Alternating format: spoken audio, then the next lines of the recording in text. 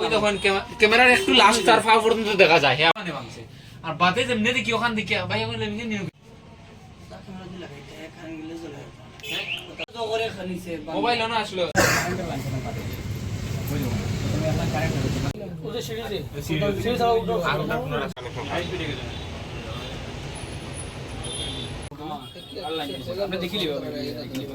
কামরুল হোসেন এটা হইল আমরা কদমতলা বাজারের 40 জন রাস্তার আগে 2 তলার 2 নম্বর দোকান যে কে মোবাইল আনি তো কালকে আমি রাত্রে 10টা দোকান লাগাইয়া গেছি এখন আইসি আজকে 11টা দোকানও আইসি আইয়া দোকানের তালা করছি খুলে আসতে দেখি সব ভাঙ্গি আনিছে তো আমি ও দোকানের আমরা দাদারে ডাক দিছি গিয়া হয়েছে ওই রাস্তা এখানে ভাঙ্গা দিছি মনে হয় তুফানে ভাঙছে ভাই ওটি এখন তুফানে ভাঙলে এসি আর একটা নোট লোকলা বাদে আমি ওটি হয়েছি তো এখানে তো বিগ ফোরে ঢুকছি দোকানও ঢুকিয়া দেখি নতুন মোবাইলের অভাব সারা আসলো আজকে আমার দোকানের অফার স্টার্ট আসলো 16 তারিখ থেকে 20 তারিখ এর লাগি নতুন স্টক মোবাইল পুরো অ্যাভেলেবল আসলো রিয়েলমি 16 সিরিজের কমসে কম 15-20টা মানে 53,000 40,000 এটা দামের মোবাইল আসলো আর তো বটম ফোন একটাও নাই টেম্পার এটা ভাঙছে সিসি ক্যামেরার সব লাইন কাটছে ক্যামেরা লাইন কাটছে কারেন্টও লাইন কাটছে সবটি কাটি লাইছে আর এমনি ক্যাশ টাকাও আসলো না খালি মোবাইল আসলো নতুন মোবাইল আর বটম ফোন ওটা নিছে সেকেন্ড হ্যান্ড ফোন এটাই নিছে আর কিছু মোটামুটি নিছে না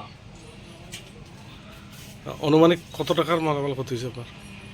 14-15 লাখ হইব কারণ একটা মোবাইল যদি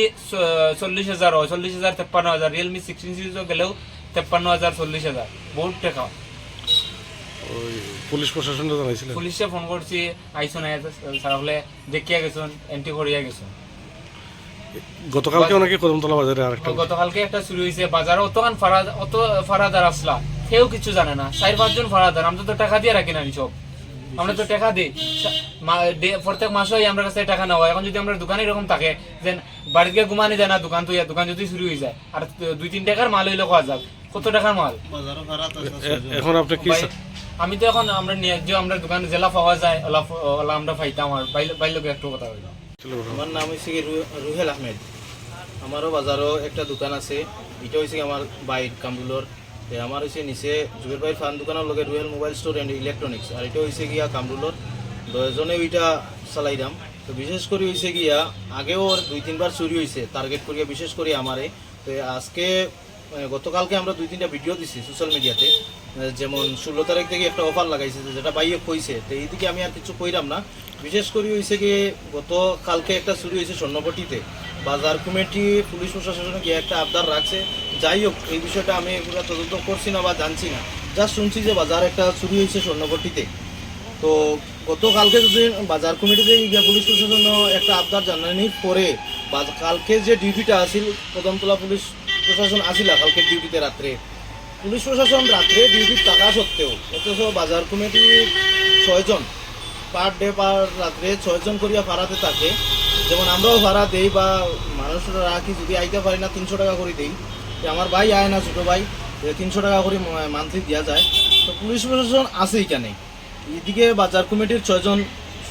আছে ভাড়াতে তারা টাকা সত্ত্বেও যে দোকানটা চুরি হয়েছে এটা আমার কাছে লাগে বাইরে কোনো চুর না এটা একটা তদন্তটা করার দরকার পুলিশ প্রশাসন থেকে যে ওই ফাড়ার মধ্যে কেউ আছে না পুলিশ প্রশাসনের মধ্যে কেউ আছে এটা আমি কইতাম পারি না কিন্তু আমার কাছে এমন লাগতেছে প্রতি বছরে একবার আমার দোকান চুরি হয় আর আজকে আমার ছোটো ভাইটা তো আমি আসলাম কৈলাসরে সকালে তো ভাইয়ে ফোন করছে ভাই ওইরকম দোকান ওটা চুরি হয়েছে আমি কোটার মধ্যে দোকানে আইসি আইয়া দেখছি দেখার পরে দেখছি বাজার কমিটি আইসেন আইয়া কিছু কথা কইছেন যে একটা আজকে বইটা কইব বাজারও তো ওইয়া তেমন কিতা করবা বা জানি না আমি যতটুকু কিন্তু আমার বিশেষ করে হয়েছে প্রতি বছরে যদি এইরকম চুরি হইয়া থাকে তাইলে কোনো ফায়দা নাই বাজারে দোকানদারি ব্যবসা করার আমরা আর পুলিশ প্রশাসনের কাছে একটাই আবদার থাকবো যত তাড়াতাড়ি সম্ভব এই কেসটা তদন্ত করিয়া আসামি দুইটা একটা শাস্তির ব্যবস্থা দেওয়ার লাগিয়া আর যদি না দেয় এইরকম শুরুর সবসময় অভিজ্ঞতা আরও বাড়তে থাকছে যেমন আজকে ছোটো ভাই রয়েছে কালকে আবার আমারটা হইতো পরশুদিন অন্য একজন যে কোনো একজন ব্যবসায়ী হইতে পারে তো এইটা আমি পুলিশ প্রশাসনের কাছে আবদার রাখছি যে যত তাড়াতাড়ি সম্ভব এটা দেখিয়া দেওয়ার লাগিয়া